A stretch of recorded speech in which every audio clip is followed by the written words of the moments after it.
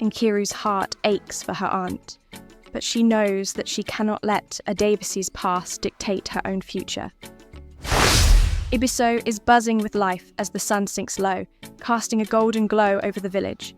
Nkiru weaves her way through the market square, where vendors call out, showcasing baskets filled with ripe mangoes, fresh yams, and vibrant kente cloth. Today, she feels the warmth of the sun on her skin and the joy in her heart, for she knows she will meet Chibuike soon. As she spots Chibuike walking towards her, his broad smile makes her heart flutter. He is carrying a bouquet of freshly picked wildflowers, their fragrance mingling with the scents of the market. "For you, Nkiru," he says, handing her the flowers with a shy smile. Nkiru blushes, taking the bouquet into her hands, and they walk side by side, talking about their future. "We could build a small house in Akumo just outside the city," Chibuike says, his voice full of hope. "I have heard the markets there are even larger, and there are new opportunities. We could start fresh, away from everything." Nkiru's heart swells at the thought of a new beginning, but there is a shadow in the back of her mind. Her aunt, Adebisi. Adebisi raised her after her parents passed, and Nkiru owes her everything. She knows her aunt will never approve of this move. For now, Nkiru chooses to keep her worries hidden, focusing instead on the joy in Chibuike's eyes. Back at home, Nkiru sits with Adebisi on the front steps of their mud brick house. The evening air is cool, and the chirping of crickets fills the silence between them. Adebisi watches Nkiru closely, her face creased with concern. "You spend a lot of time with that Chibuike," Adebisi remarks, her voice carrying a hint of disapproval. "Do you really think he's the one for you, Nkiru?" Nkiru hesitates, feeling the weight of her aunt's words. "Yes, auntie. He is a good man and he loves me deeply. We plan to move to Akumo and build a life together," she says, trying to keep her tone light. But Adebisi's expression darkens. "Move to Akumo? You will leave everything behind for a man who has little more than dreams to offer." Adebisi's words are sharp, like thorns piercing Nkiru's heart. "Do you even know if he can provide for you? You deserve more, Nkiru.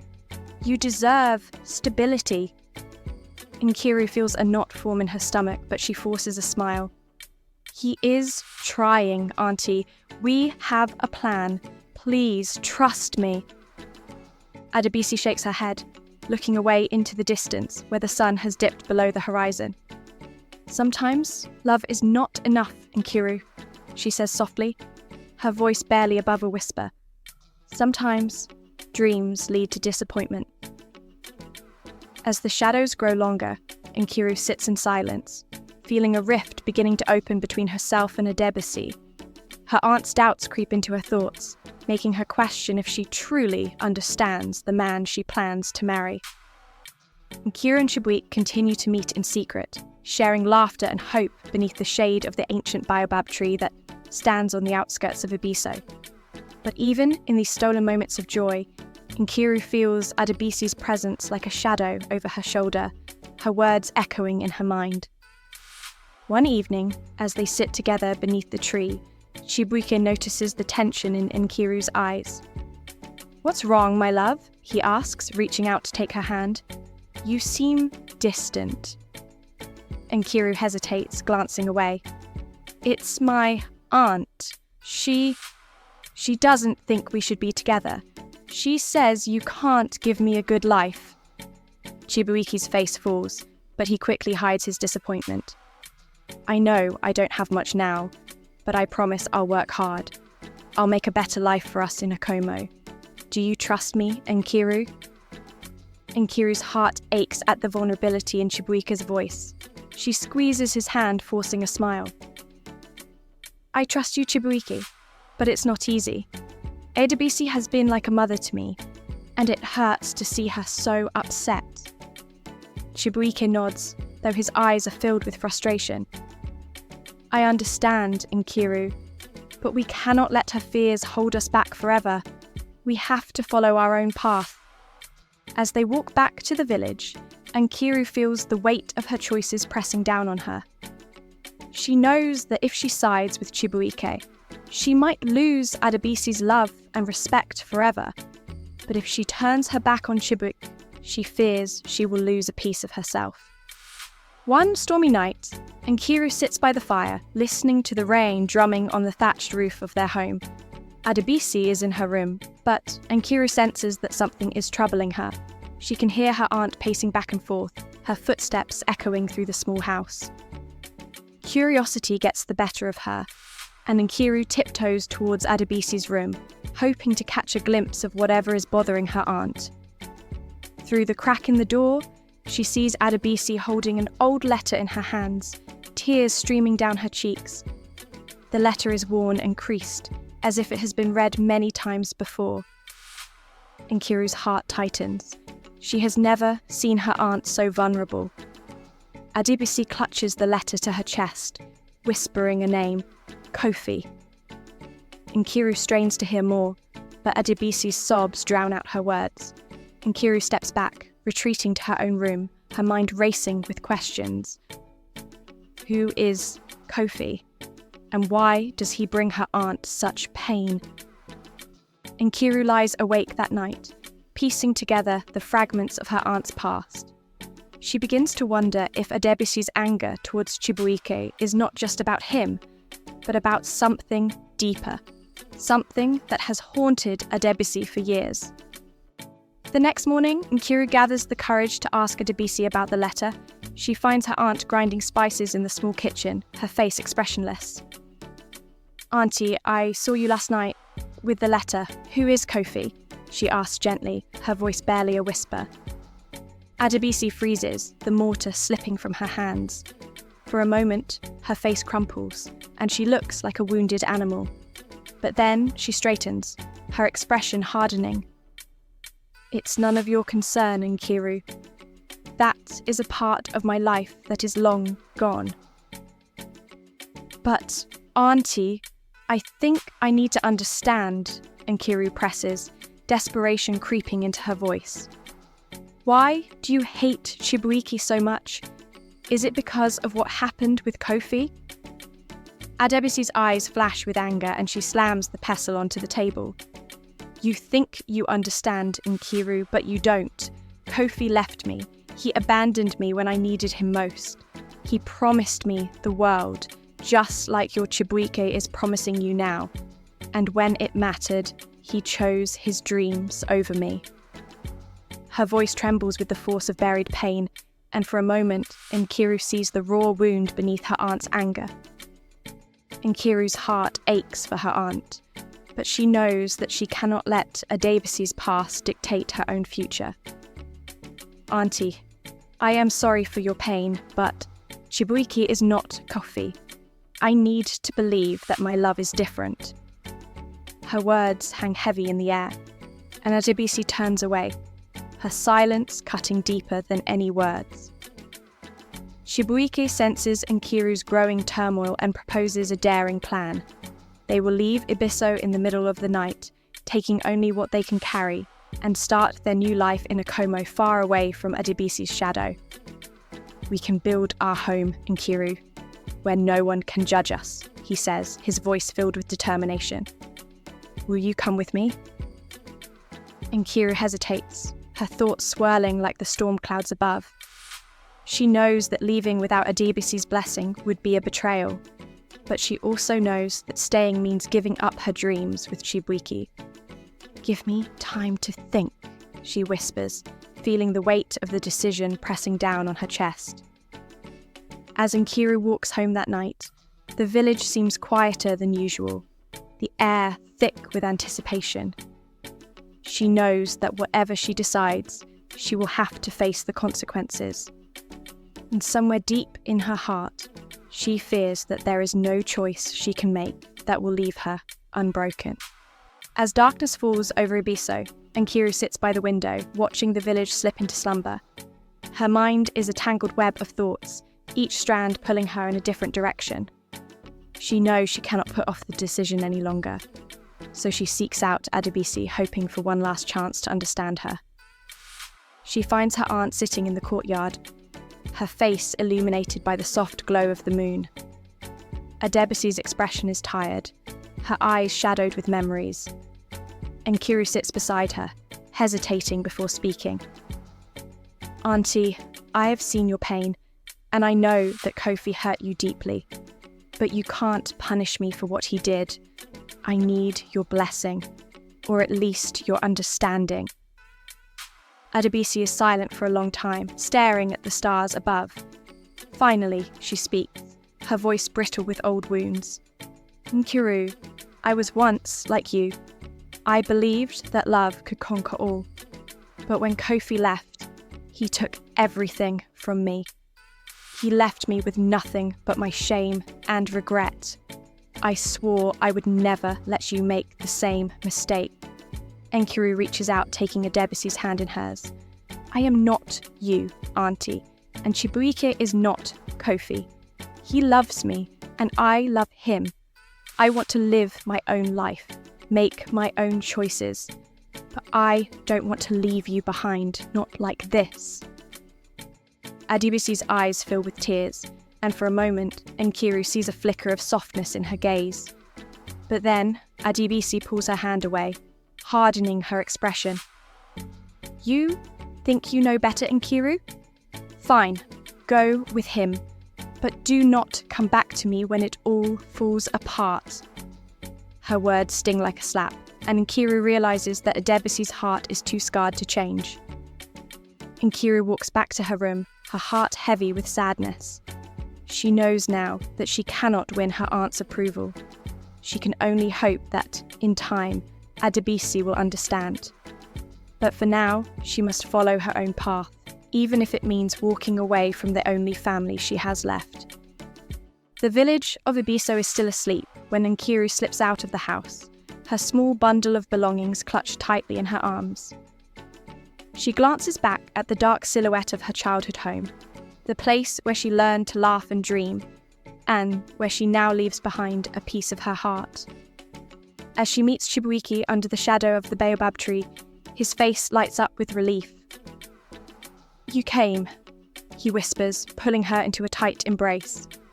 Nkiru nods, fighting back tears. She knows that there is no turning back now. They set off towards Akomo, guided only by the faint glow of the stars above. But as they make their way down the dusty path that leads out of Ibiso, Nkiru feels a chill run down her spine. She hears the rustling of leaves behind them, the faint sound of footsteps. She turns, heart pounding, but sees nothing in the darkness. "Did you hear that?" she asks, her voice trembling. Chibuike stops, listening carefully, but the night is silent. "It's probably just the wind, Nkiru. Let's keep moving," he says, but Nkiru can't shake the feeling that they are being watched. She clings to Chibuike's hand, her mind racing with fears of what might lie ahead. Little does she know that Adebisi, hidden in the shadows, watches them leave, her heart breaking even as she refuses to call them back. Days later, Nkiru and Chibuike arrive in Akomo, a bustling city with wide streets lined with market stalls and the hum of traders. The air is thick with the scent of spices and roasting meat, a stark contrast to the quiet rhythms of Ibiso. Chibuike finds work as a carpenter's apprentice, and Nkiru helps out in a small tailor shop, her fingers nimble with needle and thread. At first, everything feels like a new adventure. They rent a small room above the market square, where they can hear the murmur of the city below. At night, they lie side by side, dreaming of the life they will build together. But soon, reality begins to sink in. One evening, Chibuike returns home with a troubled look on his face. "The master says I'm too slow," he admits, running a hand through his hair. "He says if I don't improve, he'll find someone else." Nkiru places a hand on his arm, offering a reassuring smile. "You'll get better, Chibuike. I believe in you." But Chibuike's frustration only grows, and the pressures of their new life begin to weigh on them both. Nkiru struggles to earn enough at the tailor shop, and they often go to bed with empty stomachs. The dreams they shared in Ibiso start to feel like distant memories, and Nkiru begins to wonder if Adebisi's warnings were right after all.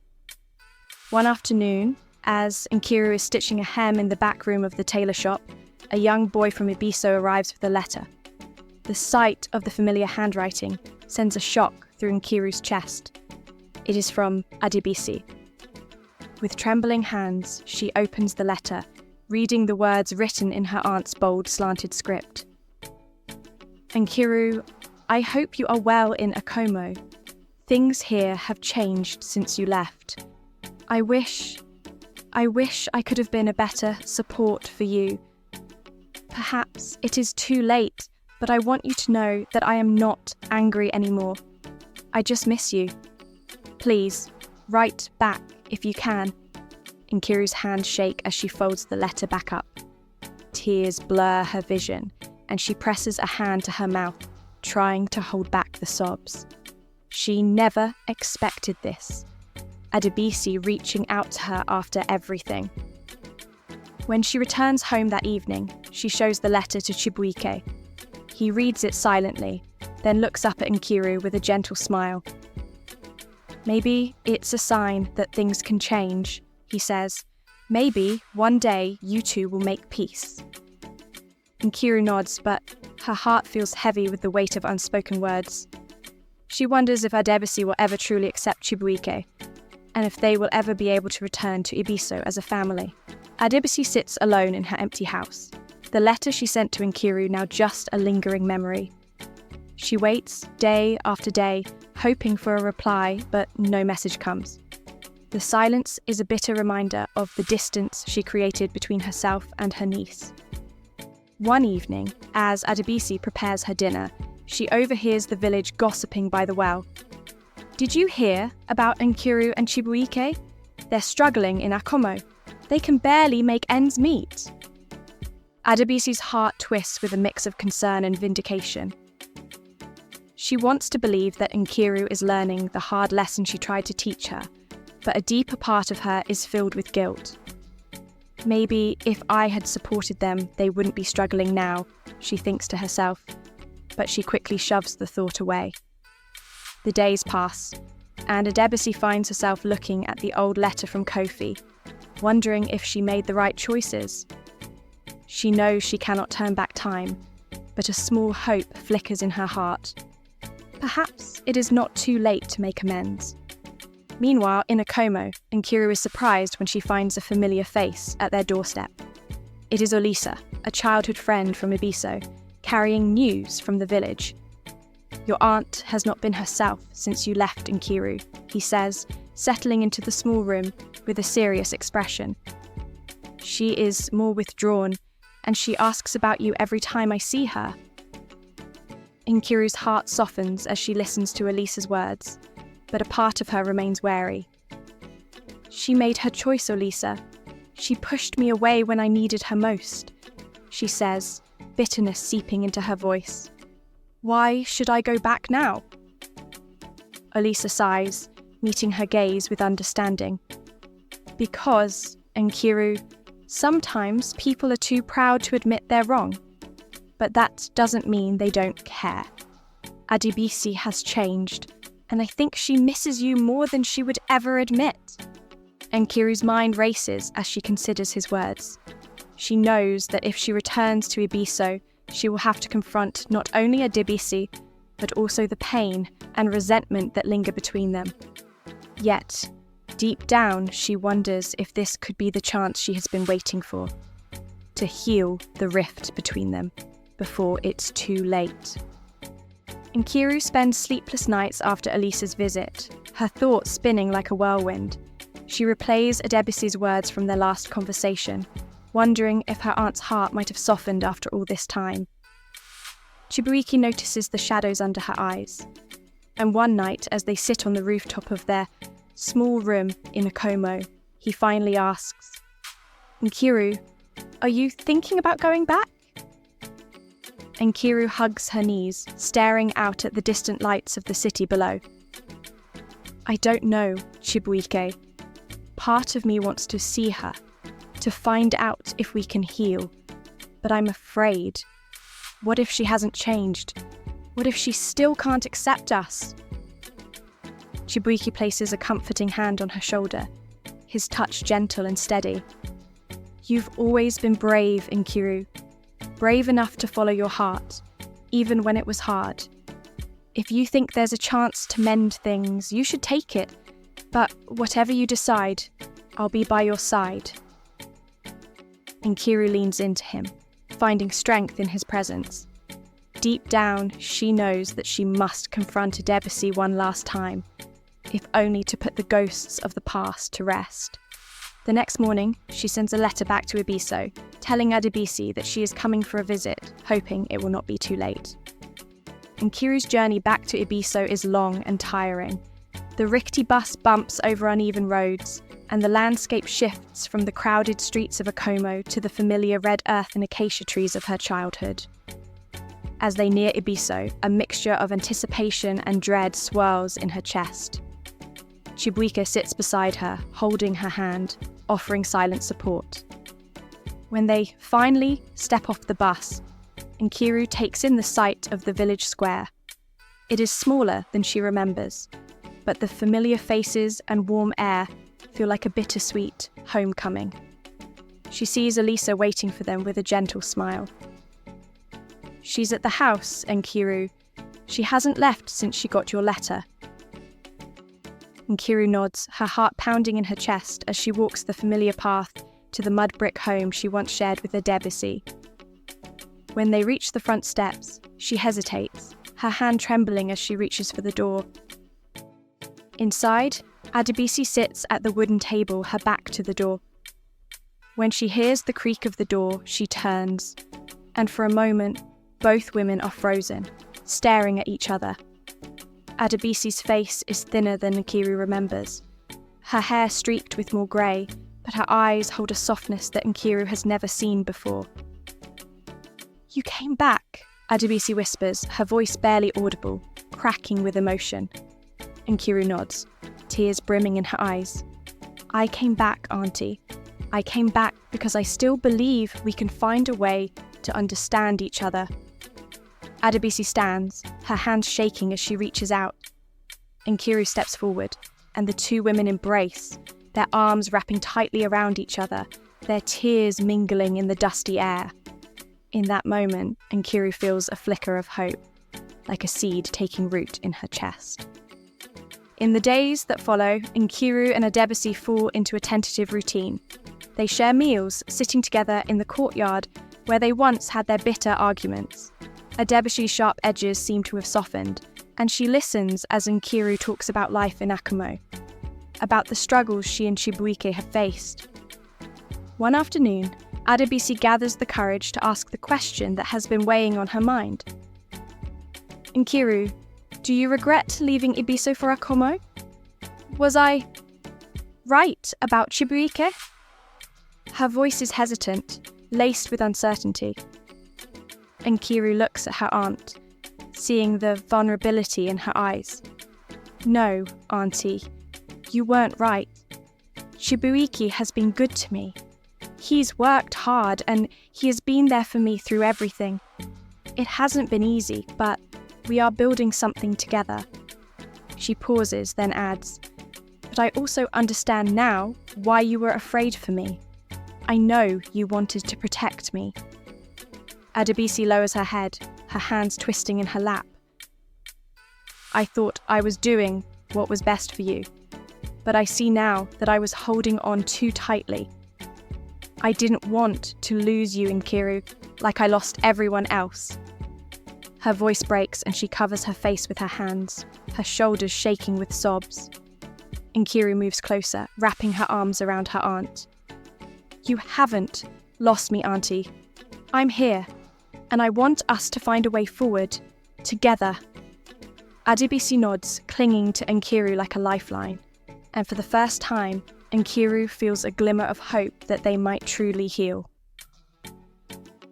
As Nkiru and Adebisi rebuild their relationship, Chibuike faces his own challenge.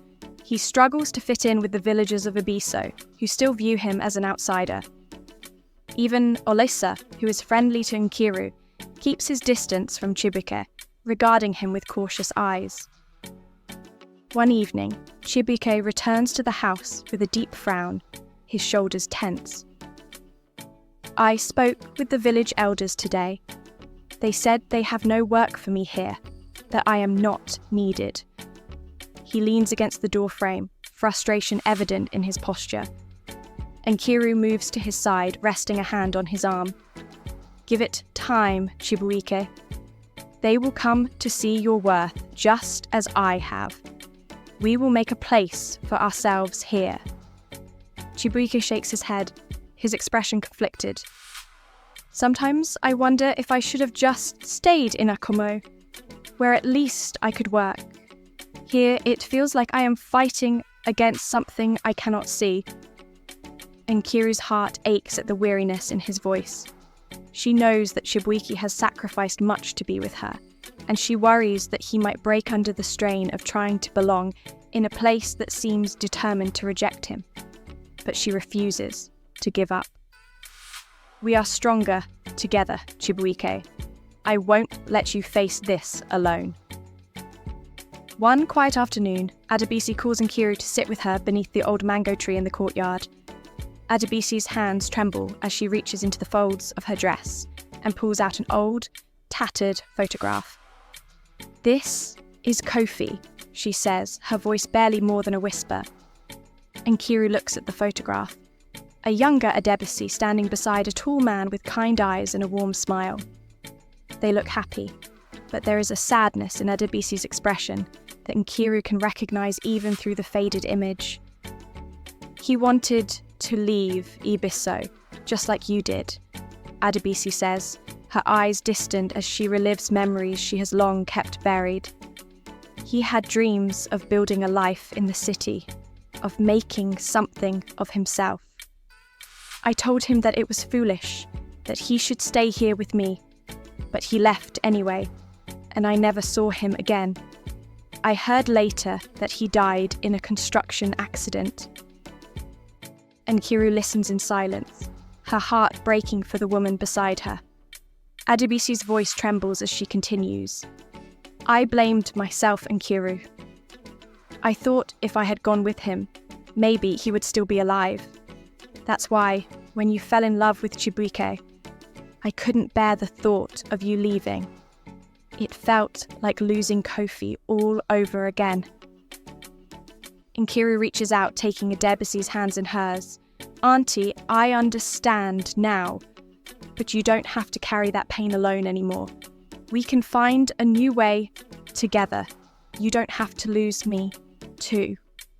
Adebisi looks at Nkiru, her eyes brimming with tears, and for the first time, Nkiru sees the wall between them begin to crumble. As the annual harvest festival approaches, the villagers of Abiso prepare for a grand celebration. It is a time when the community comes together to share food, dance, and give thanks for the bountiful crops. Nkiru hopes that the festival might be an opportunity for Chibuike to connect with the villagers, to find a place among them. The air is filled with the sound of drums and the sweet scent of roasted goat. Nkiru watches from the sidelines as Chibuike approaches the elders' table, offering a carved wooden bowl he made himself, a symbol of his skills as a craftsman. The elders examine the bowl, their expressions unreadable. After a long pause, the village chief, an elderly man with a deep, gravelly voice, speaks.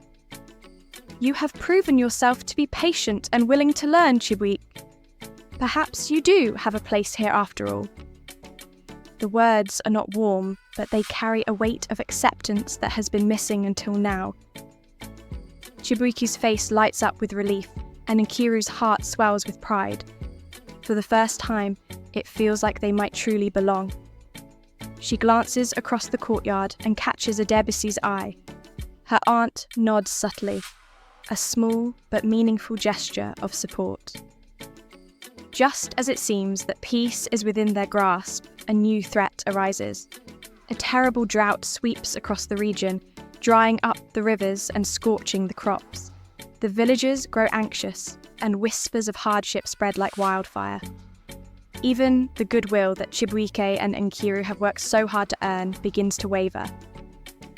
One evening, a group of villagers confronts Chibuike and Nkiru outside their home, their faces etched with suspicion. "Ever since you arrived, the rain has stopped," one man accuses, pointing a finger at Chibuike.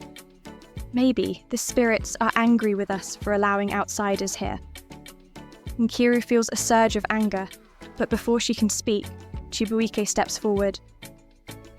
"We are all suffering, brother," he says calmly.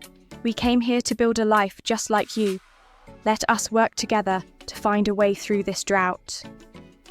The villagers murmur amongst themselves, some nodding in agreement, but others remain hostile.